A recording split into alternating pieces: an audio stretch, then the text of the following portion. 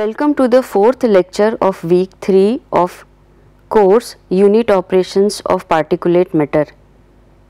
In this lecture we will discuss gas fluidization. Now here this lecture is divided into two parts, lecture 4 and lecture 5. In both lecture we will discuss gas fluidization. However, in lecture 4 we will discuss the classification of powders and how these powder behave in fluidization environment, that we will discuss. Whereas in fifth lecture we will discuss the entrainment, how the entrainment is counted in fluidization process, and then design of fluidizer will be illustrated through an example, and then we will discuss application of fluidizer in industry. So let us start the fourth lecture, which is on gas fluidization. Here we are discussing non-bubbling fluidization as well as bubbling fluidization. You understand what is non-bubbling, which we have also called it particulate or homogeneous fluidization, and bubbling fluidization we call this aggregative or heterogeneous fluidization. Particulate fluidization as well as aggregative fluidization we have already discussed previously, but here these two will be discussed in terms of gas fluidization. So first we will discuss non-bubbling fluidization, which is nothing but the particulate fluidization, and you understand what is particulate fluidization is where the particles are uniformly distributed in the bed. So let us start with non-bubbling fluidization. Although fine particles generally form fluidized beds more readily than coarse particles, the surface related forces tend to predominate with very fine particles. So here you see, though fine particles are fluidized easily in comparison to coarse particle, but it has some problem as far as fluidization is concerned because of surface related forces acting on fine particles. So it is very difficult to fluidize some very fine particles, as they tend to form large stable agglomerates that are almost entirely bypassed by the gas. So here what happens when we are considering very fine particles, due to surface related forces they join other particles and prepare a bigger particle. So when particle will be larger, the gas, instead of making it fluidize, it bypass these particles. So that is the problem with very fine particles. In some extreme cases, particularly with small diameter beds, the whole of the particulate mass may be lifted as a solid piston. So here when we are considering very fine particles, sometimes this situation occurs that instead of fluidizing a single particle or fluidizing the particles, the group of particles, what happens, all fine particles join together, and when it is fluidized, it's the whole section is fluidized once, so that will be lifted as a piston. So at low gas rates, the bed may exhibit a regular expansion as the flow rate increases with the following relation between fluidizing velocity and voidage. So what happens when we are considering non-bubbling fluidization or particulate fluidization, regular expansion is observed at very low flow rate when we are dealing with the gas, and as velocity increases, the following relation, this is UC by UI is equal to e raised power n. It speaks about how voidage will be related to the velocity. Although in general the values of exponent n, that is if you see this expression, here we have e raised power n, so n are higher than those for liquid solid system, because particles have a tendency to form small agglomerates, thereby increasing the effective particle size. So here you see, when we have we are dealing with the gas at low flow rate, bed expansion will be uniform, and that can be correlated with the voidage by the expression UC by UI equal to e raised power n, but here n value should be larger in comparison to liquid fluidization. Now we are discussing bubbling fluidization, where the region of particulate fluidization usually comes to an abrupt end as gas velocity is increased. So, in bubbling fluidization what happens? Bubbles formed inside the bed, and that happens when particulate fluidization comes to an end.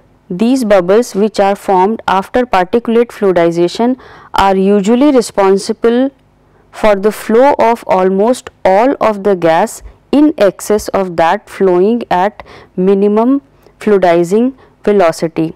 If bed expansion has occurred before bubbling commences, the excess gas will be transferred to the bubbles whilst the continuous phase reverts to its voidage at minimum fluidizing velocity, and in this way it contracts. So, here what happens when we are dealing with bubbling fluidization, how the bubbles are formed when we are having a fluidized bed, and when gas velocity increases, then after achieving minimum fluidizing velocity, if gas pass through the bed with higher velocity than that, so instead of expansion of bed, that gas is accumulated as a bubble, and that bubble will keep on increasing when we are moving from low bottom of the bed to the higher side. And the continuous phase where particles are available, that comes down. So, that section is that section where particles are available, it contracts, whereas the other section have forming of other section has different bubbles. So, the main point is particulate fluidization stops, aggregative fluidization starts. So, in the case of gas fluidization, what happens? At low flow rate particulate fluidization proceeds, whereas when velocity increases, it converts into the aggregative fluidization, and the formation of bubbles occur when we are having excess air in the bed. So, upper limit of gas velocity for particulate expansion is termed as minimum bubbling velocity. Here we have understood that once particulate fluidization will occur, and after that aggregative fluidization will occur, and therefore we can say that bubble formation is occurring in aggregative fluidization, and therefore we can say the minimum velocity of gas where bubble will be formed, that will be the highest velocity where particulate fluidization occur. And in this slide we will classify different powders. Now, why we are classifying? Because each powder has different tendency, different particle size. So, how these powder behave with the fluidized environment, how these powder behave in fluidization environment, that we have to observe. So, the ease with which a powder can be fluidized by a gas is highly dependent on the property of particles. In general, fine low density particles fluidize more evenly than large dense one, provided that they are not so small that they make agglomerates. So, here we have different powder, and each powder has different category because it has different property, and they behave differently during fluidization. For example, spherical particle fluidized easily. In this respect, long needle shaped particles are most difficult to fluidize. So, particles of mixed sizes will usually fluidize more evenly than those of uniform sizes. So, here we should also understand that it depends on the shape of the particle, like when spherical particle we are considering, it will fluidize easily, whereas if it is needle type or strip type particle, it will not fluidize easily. And when we are considering mixture of particles, where different shapes are available, so that can be those particles will be fluidized evenly in comparison to uniform particles. So, now we will discuss the classification of powders. Geldard classified powders into 4 groups according to their fluidization property at ambient condition. Geldard classification of powders is now used widely in all fields of powder technology. So here we have 4 group. Group A, powder, when fluidized by air at ambient condition, give a region of non-bubbling fluidization beginning at UMF. Now what is UMF? Is minimum fluidizing velocity. So the powder falling in group A, that shows particulate fluidization when minimum fluidization condition will be achieved, and further bubbling fluidization occur when velocity increases. Group B powder give only bubbling fluidization condition under ambient conditions. So you see here we have group A where bubbling as well as non-bubbling fluidization both will occur, whereas in group B only bubbling fluidization occur under ambient condition. Group C powders, these are very fine cohesive powders which are incapable of fluidization in a strict sense. So you see, when we are considering group A, it has initially non-bubbling fluidization, then bubbling fluidization. Group B, it is started with bubbling fluidization. Group C, it is very difficult to fluidize the powder which are falling in group C. Now we have group D powder. These are large particles that are distinguished by their ability to produce deep spouting bed. So group D powder has a tendency to prepare to make the spouting bed. Now what is a spouting bed, that we will discuss in subsequent slides. Now as far as classification of powder is concerned, here we have 4 groups, and now we will see the effect of parameter on behavior of these powders. Here we have Geldard classification of powders, group C, A, B and D. Here you see the first point is most obvious characteristic. What is the most obvious characteristics of these powder? Group C, if we are considering, these are cohesive and very difficult to fluidize. Group A, ideal for fluidization, exhibits range of non-bubbling fluidization. So group A has initially non-bubbling fluidization, then bubbling fluidization. When we are considering group B, it has bubbling fluidization, but that will be started at minimum fluidization velocity, and that will be started once minimum fluidization condition will be achieved. And further group D, these are coarse solid. So particle size are large in group D, and similarly we have other properties. For example, if we consider bed expansion, group C low because of channeling. So what happens when we consider group C powder, because these are very difficult to fluidize, so gas which is used to fluidize these powder, that passes the powder without fluidizing it, so that forms a channel inside the bed.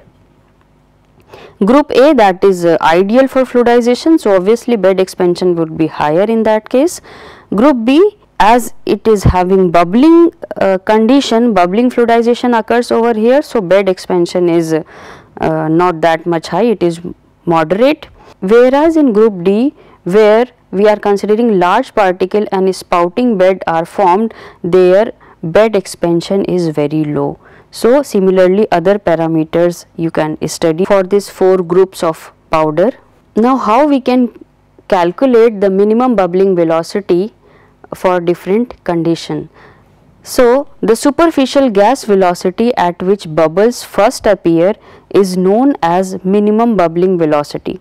Abrahamson and Geldard correlated the maximum value of UMB with gas and particle property using the following correlation, where UMB, that is minimum bubbling velocity, is equal to 2.07 exponential 0.716 f into xp rho g power 0.06 by mu power 0.347. Now in this expression, xp is mean sieve size of the powder. We have to first carry out the particle size analysis we should first carry out the particle size analysis to know what is the mean size available in powder, and in this expression F is the mass fraction of powder less than 45 micrometer. So what is F?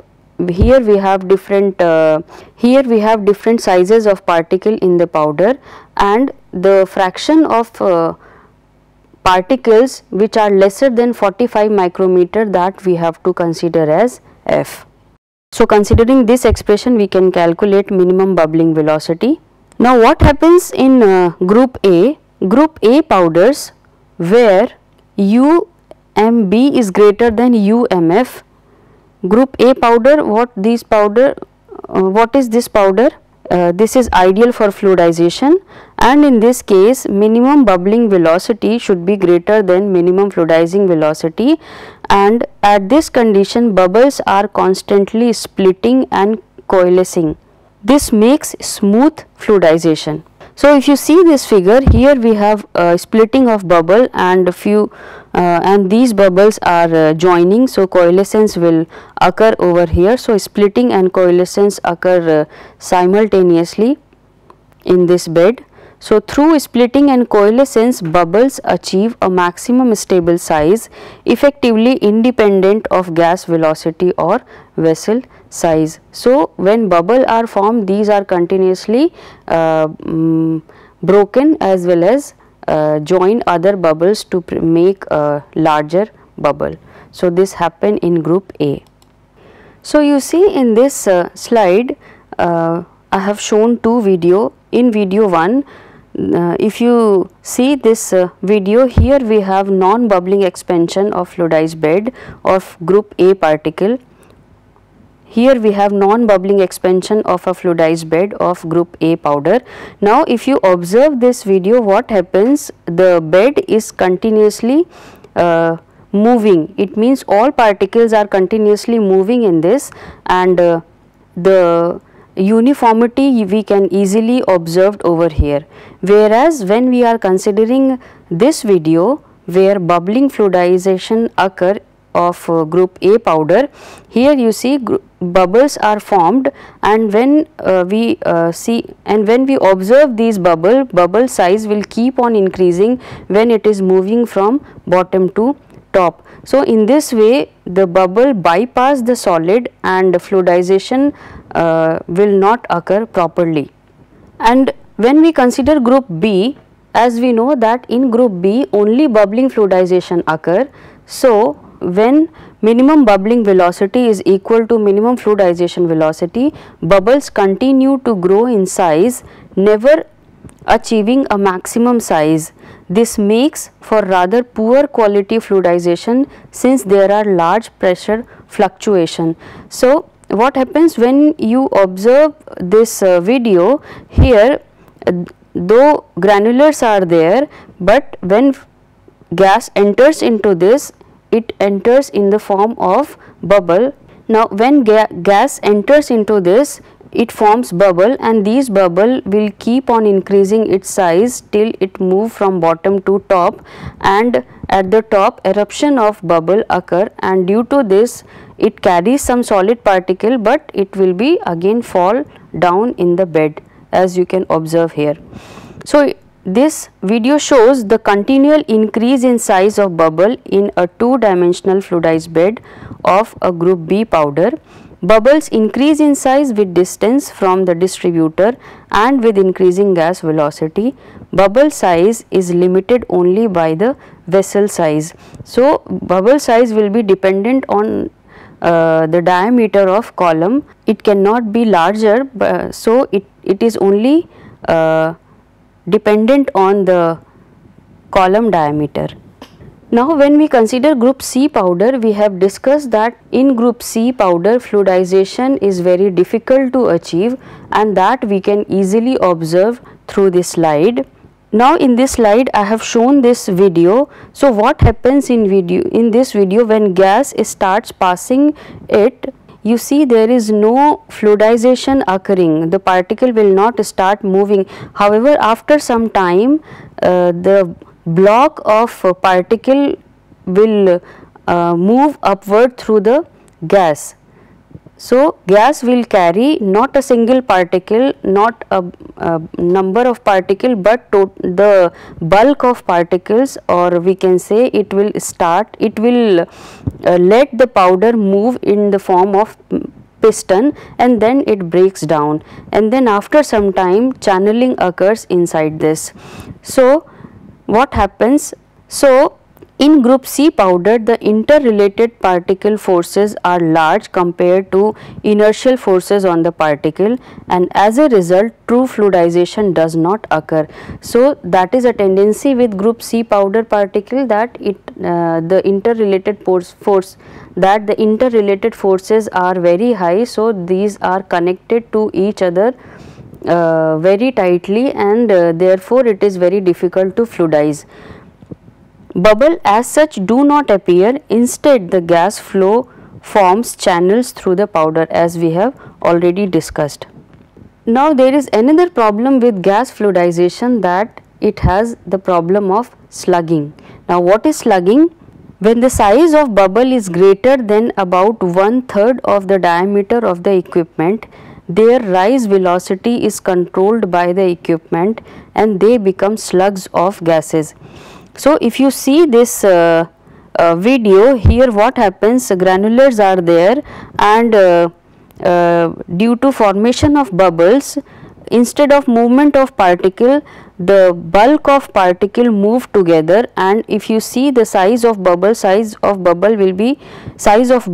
equal to the diameter of column, and then after some time it falls back. So, this is nothing but the slugging. So, slugging is attained by large pressure fluctuation, and so it is generally avoided to large unit, since it can cause vibration to the plant, and similarly you can observe slugging in this video. Now, here we have spouted bed, as we have discussed that the powder falling in group D, they behave as spouted bed. Now, what is spouted bed? The spouted bed represents the ultimate in channeling.